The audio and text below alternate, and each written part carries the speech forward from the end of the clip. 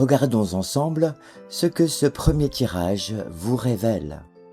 Avec ce tirage de 4 cartes concernant votre domaine socio-pro, j'utilise l'oracle de Béline. La première carte désigne la méchanceté. Cette carte enseigne que tout le monde se tire dans les pattes et que vous ne faites pas exception à la règle, ni pour recevoir les coups, ni pour les donner. Savoir qui a commencé à semer la zizanie relève du même type de problème que celui de l'œuf ou de la poule.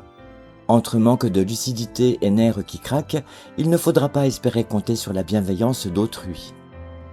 Plus que jamais, votre personnalité qualifiée de gentille sera confrontée à un monde de requins. La seconde carte, la stérilité, elle est révélatrice du climat délétère présent sur votre lieu de travail. Et oui, dans votre équipe ou service, la communication ne sera pas des plus fluides. Force sera de reconnaître que vous aurez un peu trop tendance à faire bande à part. Rien ne semblera viable ni solide et aucune de vos actions vous ramènera à votre point de départ. En positif, cette carte soulignera l'originalité de vos idées et la nécessité de vous interroger sur le pourquoi de vos échecs.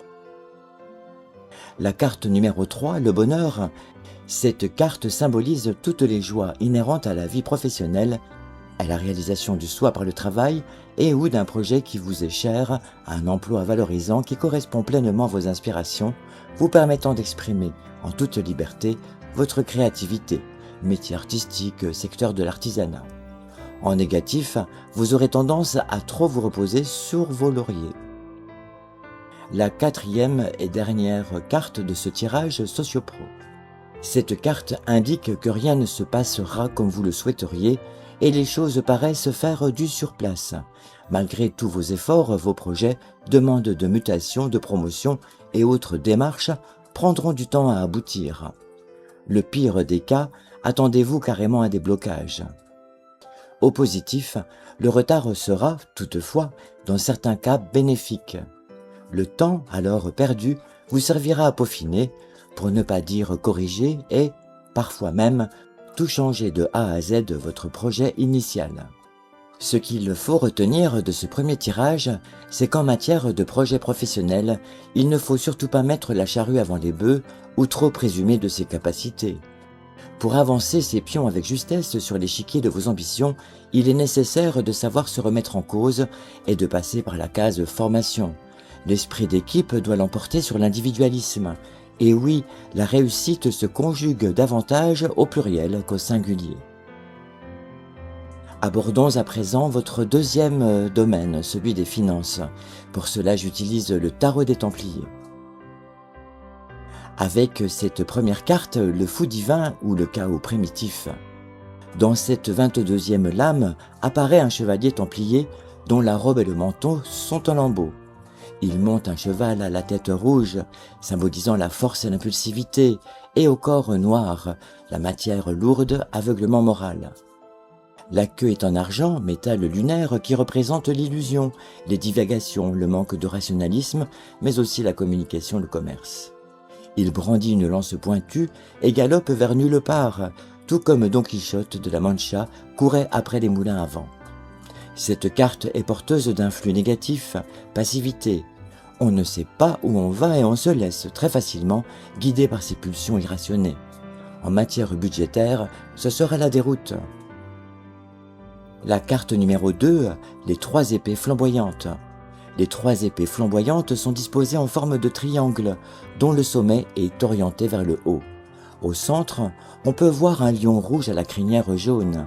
Les épées sont, comme toujours, enveloppées par les flammes. Même si le feu est un élément positif, à quelques exceptions près, les épées ont traditionnellement des connotations négatives. Cette carte symbolise la peur, l'inquiétude, des états dépressifs et des influences peu positives. Des personnes peu scrupuleuses pourraient profiter de votre générosité et ou vous donner de mauvais conseils, dans le but de vous soutirer de l'argent. En matière de placement, vous pourriez aussi vous tromper lourdement. La carte numéro 3, les 3 sacrés Graals. Dans cet arcane, 3 sacrés Graals sont disposés de manière à former un triangle dont le sommet est orienté vers le bas, soulignant ainsi l'aspect féminin et la référence à l'élément eau de cette carte. À ce sujet, vis-à-vis de l'argent, attention à ne pas boire la tasse.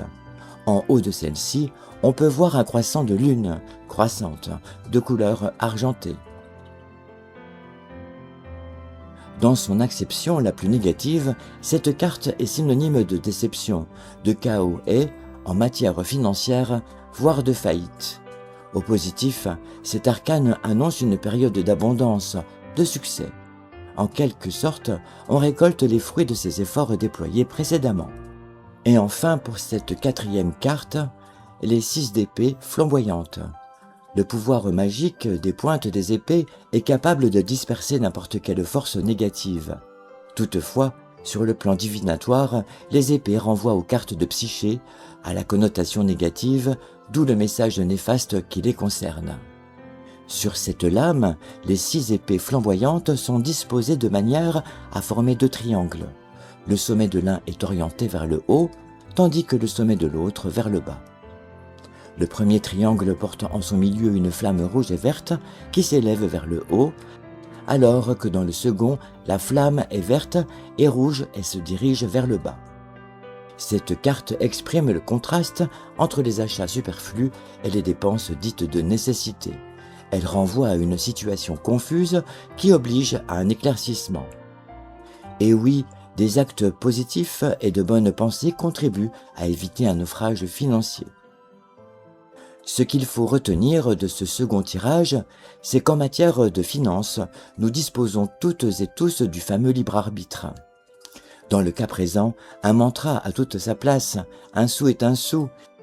Il est facile de dépenser et excessivement compliqué de mettre de l'argent de côté. Une ressource dont il faut prendre soin, pour ne pas qu'elle se tarisse au présent comme au futur. À méditer. Abordons désormais le troisième domaine, celui de votre vie sentimentale. Et pour cela, j'utilise le tarot égyptien. Observons cette première carte, le ciel. Ici, il faut interroger la mythologie pour comprendre ce qu'une vache vient faire dans les étoiles. Dans le cas présent, la déesse, au visage bovin, au corps souple de femme enroulée dans une tunique bleu ciel, n'est autre que la déesse cosmique Hathor. Cette lame est en lien avec le symbolisme rassurant de l'étoile, associant l'idée de renouvellement et d'indépendance.